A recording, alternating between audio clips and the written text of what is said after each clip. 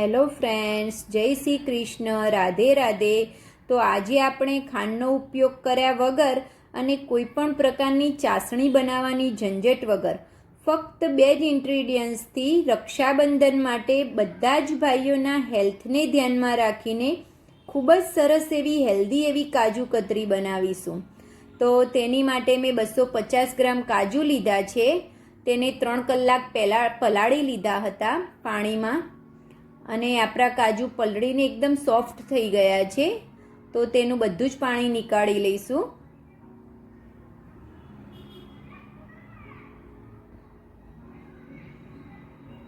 મેં તેનું બધું પાણી નીકાળી લીધું છે. આપણા કાજુ આ રીતના એકદમ સોફ્ટ થવા જોઈએ. 250 ગ્રામ કાજુની સાથે મેં 200 ગ્રામ ધાગા સાકર લીધી છે, જેને ગાંગરા સાકર પણ કહે છે. તેને ખલદસ્તામાં સૌ પ્રથમ આપણે વાટી લઈશું.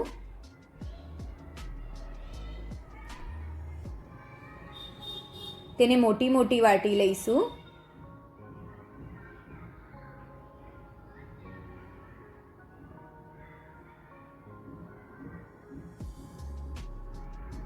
હવે આ સાકરને આપણે મિક્સચર જારમાં પીસવાની છે, એકદમ સ્મૂથ પીસવાની છે.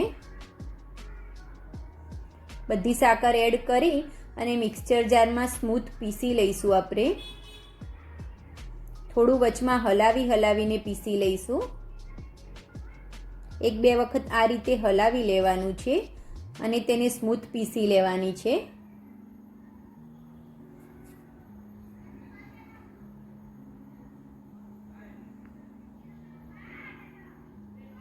આ રીતે સ્મૂથ પીસાઈ જવી જોઈએ.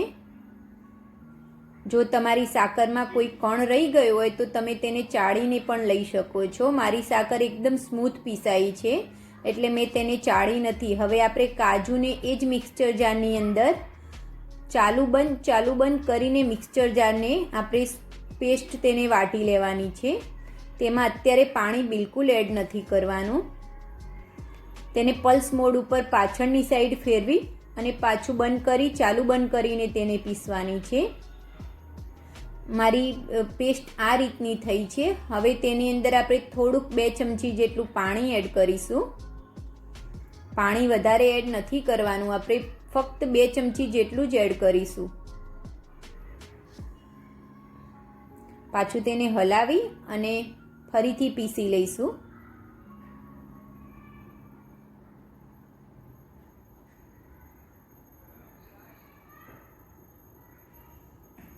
હજુ પણ આપણી પેસ્ટ એકદમ સ્મૂથ નથી પીસાઈ, તો તેની અંદર આપણે પાણી એડ નથી કરવાનું.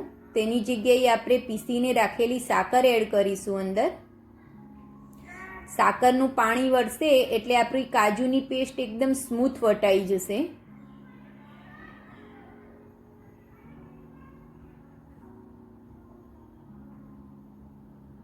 હવે મિક્સચર જાર બંધ કરી અને એને સ્મૂથ પીસી લઈશું.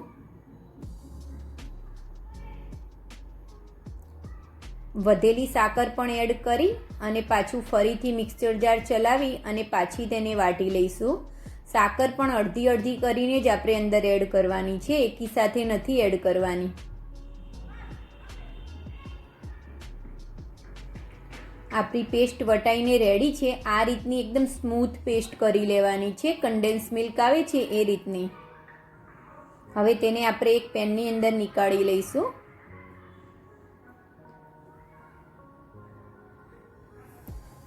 મેં નીકાળી લીધી છે. હવે ગેસ ચાલુ કરી અને પેનને ગેસ ઉપર મૂકી દઈશું.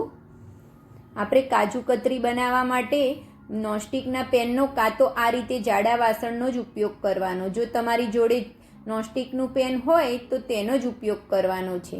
તેને મીડિયમ ગેસ ઉપર આપણે ચલાવતા રહીશું અને થીક થાય ત્યાં સુધી આપણે તેને હલાવીશું. આપણું મિક્સચર થીક થઈ ગયું છે.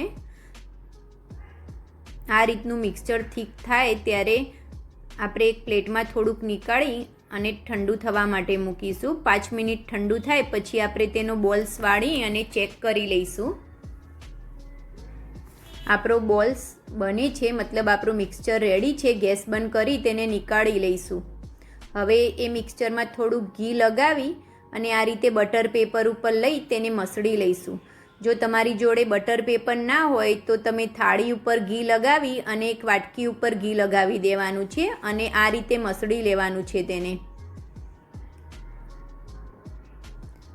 તેને બરોબર મસળી લેવાનું છે. હવે તેનો આવો લુવો આ રીતનો લુવો કરી લઈશું અને બીજા બટર પેપર ઉપર પણ ઘી લગાવી દઈશું. હવે તેને વણી લઈશું આપણે.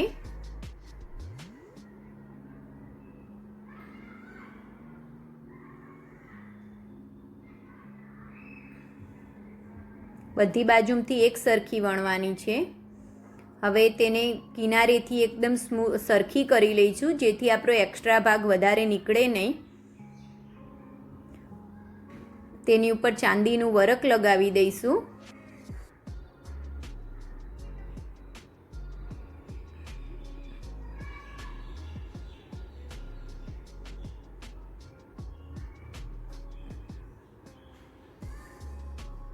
તેનો એક્સ્ટ્રા ભાગ થોડોક નીકાળી લઈશું અને તેને કાજુ કતરીના શેપમાં કટિંગ કરી લઈશું. આપણી કાજુ કતરી ઠંડી થાય 10 મિનિટ પછી જ તેને નીકાળવાની છે. આપણી કાજુ કતરી કેટલી સરસ બનીને રેડી છે.